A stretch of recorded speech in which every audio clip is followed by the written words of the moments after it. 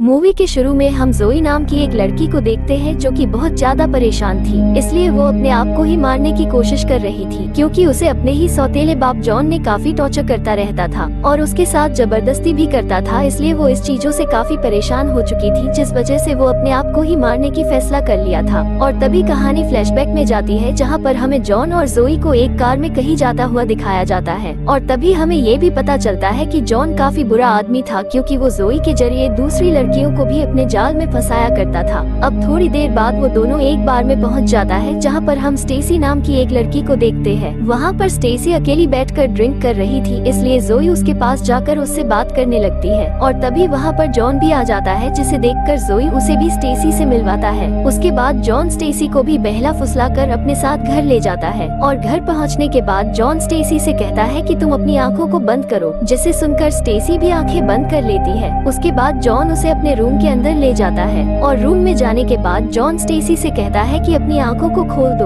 अब स्टेसी जैसे ही अपनी आंखों को खोलती है तो वो रूम के अंदर रखे हुए सामान को देखकर काफी शॉक हो जाती है क्योंकि वहाँ पर टॉर्चर करने का सामान रखा हुआ था। ये सब कुछ देखकर स्टेसी काफी डर जाती है, इसलिए वो वहाँ से भागने की कोशिश करती है, लेकिन तभी जॉन उसे पकड़ लेता है, जिससे स्टेसी जोर जोर से चिल्लाती है मगर उसकी चिल्लाने की कोई फायदा नहीं है क्योंकि यहाँ उसकी मदद करने वाला कोई भी नहीं था। और वही जोई भी रूम के बाहर से ये सब सुन रही होती है, लेकिन फिर भी वो उसकी कोई मदद नहीं कर सकती। असल में जॉन एक साइको किलर था जो कि जोई के जरिए बाकी लड़कियों को अपने जाल में फंसाकर उसके साथ जबरदस्ती करके मार देता था। और तभी सीन शिफ्ट होकर हम जेनिफर नाम की एक खूबसूरत लड़की को देखते हैं जो कि सड़क पर लिफ्ट मांग रही होती है और तभी वहाँ पर स्कॉट नाम का एक पुलिस ऑफिसर उसे लिफ्ट देता है और जैसे ही जेनिफर उसकी गाड़ी में बैठती है तो वहाँ पर बहुत सारी मिसिंग लड़कियों के फोटो को देखती है, जिस पर स्कॉट उसे बताता है कि शहर में बहुत सारी लड़की लगातार मिसिंग होती जा रही है और मैं उन लड़कियों को ढूंढने और उन किडनैपर का पता लगाने में लगा हुआ हूँ। इसके बाद हम फिर से स्टेसी को देखते हैं जिसके हाथ पैरों को जॉन ने बांध दिया था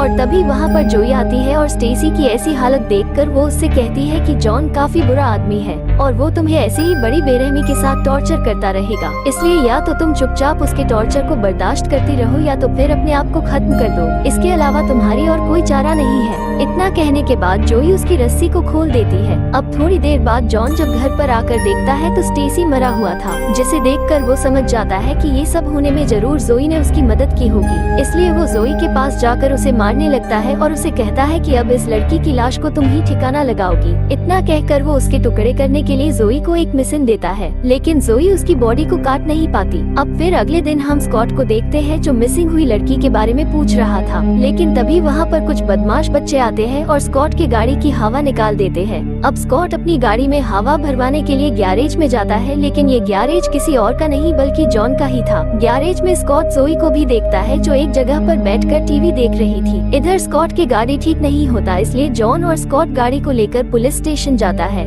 और वो दोनों रास्ते में बहुत सारी बातें करते हैं, जहाँ पर स्कॉट को पता चलता है कि जॉन पहले आर्मी में था और तभी स्कॉट नोटिस करता है जॉन का बिहेवियर कुछ ठीक नहीं था, इसलिए स्कॉट को जॉन के ऊपर डाउट होने लगता है। इसलिए स्कॉट वापस पुलिस स्टेशन पहुँचते ही जॉन के बारे में जानकारी इकट्ठा करने लगता है। तब वहाँ पर दूसरे ऑफिसर कहते हैं कि जॉन का कोई भी क्रिमिनल रिकॉर्ड नहीं है और वो अपनी गर्लफ्रेंड के साथ रहता है। दरअसल यहाँ पर किसी को भी पता नहीं था कि जॉन जोई का सौतेला बाप है, इसलिए सभी लोग जोई को जॉन की गर्लफ्रेंड समझते थे। उधर हम जॉन को देखते हैं जो अपने घर के चारों तरफ ट्रैप लगा रहा था ताकि कोई भी उसके घर के आसपास न आ सके। इसके बाद जॉन अपना अगला शिकार करने के लिए उसी रात जोई को लेकर फिर से एक बार में पहुंच जाता है और तभी हमें वहां पर जेनिफर को दिखाया जाता है जो इसी बार में काम कर रही थी। वहां पर जोई जेनिफर के पास जाकर उससे बात करने लगती है और तभी वो देखती है कि उधर जॉन एनी नाम की एक लड़की से बात कर रहा था, इसीलिए वो वापस अपने टेबल पर आकर बैठ जाती है और कुछ देर के बाद जब जेनिफर वहाँ पर आती है तो जॉन उसके साथ भी छेड़खानी करना शुरू कर देता है, लेकिन जॉन आज जेनिफर को नहीं बल्कि एनी को अपना शिकार बनाना था, इसलिए वो उसे अपने जाल में फंसाकर अपने घर लेकर जाता है और घर पहुँचने के बाद वो एनी के साथ भी वही करता है जो उसने स्टेसी के साथ किया था। एनी भी उसके रूम को देखकर काफी डर जाती है, लेकिन तभी यहाँ पर जॉन उसे बेहोश करके एक लोहे के बेड से बांध देता है और उधर स्कॉट जॉन के बारे में जानकारी इकट्ठा कर रहा था कि तभी उसे वहाँ पर पता चलता है कि जॉन को आर्मी से निकाल दिया गया था। उसके बाद उसने एक लड़की से शादी कर ली थी, लेकिन शादी करने के कुछ महीने बाद ही उस लड़की ने भी सुसाइड कर लिया था। स्कॉट जब जॉन के बारे में इन सारी चीजों को देखता है तो उसे डाउट होने लगता है।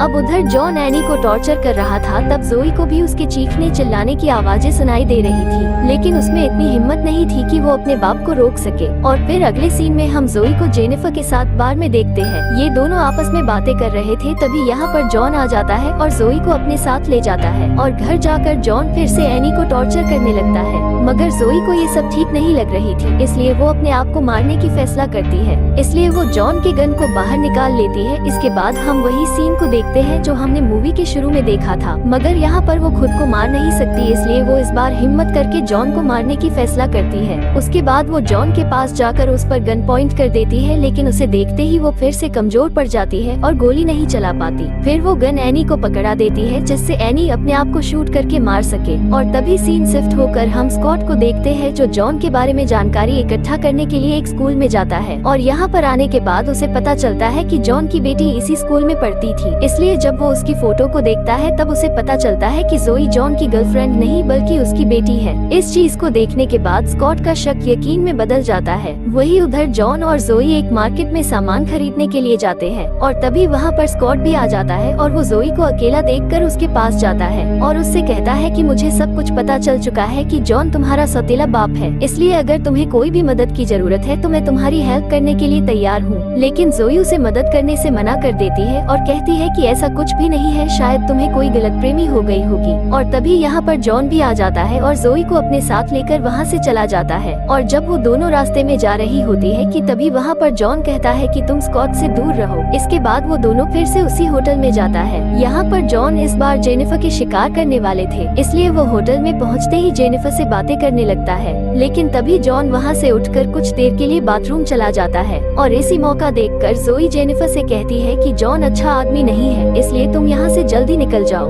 लेकिन जेनिफर उसकी बात नहीं मानती और उसे इग्नोर कर देती है। और तभी वहाँ पर जॉन भी आ जाता है और वहाँ पर जॉन ने जेनिफर के ड्रिंक में बेहोशी की दवा मिला देता है और जेनिफर भी उस ड्रिंक को पी लेती है, जिससे वो वहीं पर बेहोश हो जाती है। उसके बाद जॉन उसे अपनी गाड़ी में डालकर अपने घर की तरफ निकल जाता है, लेकिन तभी वहाँ पर स्कॉट ने भी उनको देख लेता है, इसलिए वो भी जॉन की गाड़ी का पीछा करने लगता है। अब इधर जॉन घर पहुँचने के बाद जेनिफर को उसी टॉर्चर वाले रूम में ले जाकर लोहे के बेड से बांध देता है और वही स्कॉट भी जॉन का पीछा करते हुए उसके घर पर पहुँच जाता है। लेकिन जैसे ही वो घर के अंदर आने की कोशिश करता है तो तभी उसका पैर जॉन ने बिछाया हुआ ट्रैप में फंस जाता है, जिससे वो दर्द से चिल्लाना शुरू कर देता है। और उसी आवाज सुनकर जोई बाहर आ जाती है और उसकी ऐसी हालत देखकर उसका मदद करती है, मगर तभी वहाँ पर जॉन भी आ जाता है और स्कॉट को मारकर बेहोश कर देता है। और उधर जेनिफर को भी होश आती है और वो वहाँ पर देखकर काफी डर जाती है, इसलिए वो जल्दी से अपने आप को छुड़ाकर वहाँ से भाग जाती है। अब कुछ देर के बाद जॉन स्कॉट को लेकर उसी रूम में पहुँचता है तो वहाँ पर जेनिफर नहीं होती, जिसे देखकर वो काफी गुस्सा हो जाता है, इसलिए वो जोई को मारने लगता है और उससे कहता है कि ये सब तेरी वजह से हुआ है। उसके बाद वो अपनी बंदूक उठाता है और जेनिफर को खोजने के लिए निकल जाता है और वो उसे खोजते हुए जंगल में पहुंच जाता है और जेनिफर भी वही एक पेड़ के पीछे छुपी हुई थी। इधर जॉन बंदूक लेकर आगे बढ़ रहा होता है कि तभी वहाँ पर जेनिफर आकर अपने चाकू से उस पर हमला करके भाग जाती है, जिससे जॉन काफी जख्मी हो जाता है। उसके बाद वो सीधा वापस घर आ जाता है और जोई को मरहम पट्टी करने के लिए कहता है, लेकिन तभी यहाँ पर जेनिफर एक चैन कटर लेकर आ जाती है और वो फिर से जॉन पर हमला कर देती है। लेकिन इस बार जेनिफर के हमले से जॉन बच जाता है और उन दोनों के बीच फाइट शुरू हो जाता है, मगर तभी यहाँ पर जोई अपने गन से जेनिफर को पॉइंट कर देती है, जिससे जेनिफर काफी डर जाती है। लेकिन तभी जोई अचानक से अपने बाप की तरफ गन पॉइंट करके गोली चला देती है, जिससे जॉन की वहीं पर मौत हो जाता है। और तभी सीन शिफ्ट होकर हमें स्कॉट को दिखाया जाता है, जहाँ पर उसके पास एक लड़की आकर जोई के बारे में पूछने लगती है, लेकिन स्कॉट उसे जोई के बारे में कुछ भी नहीं बताता है। और फिर हमें कुछ साल बाद का सीन दिखाया जाता है, जहाँ पर हम जोई और जेनिफर को एक साथ देखते हैं, जहाँ पर ये दोनों मिलकर एक लड़का को मारने की कोशिश कर रही थी। दरअसल जोई और जेनिफर मिलकर बुरे लोगों को मारने लगे थे, ताकि उन लोगों की वजह से बाकी के लड़की की जान ना जाए। और तभी वहाँ पर जोई उसे एक ऑप्शन देती है, या तो वो खुद अपने आप को खत्म कर ले या तो हमारी टॉर्चर को बर्दाश्त कर ले, जिसे सुनकर वो आदमी अपने गन से खुद को ही मार लेता है। और इसी के साथ ये मूवी भी यहीं पर एंड हो जाती है।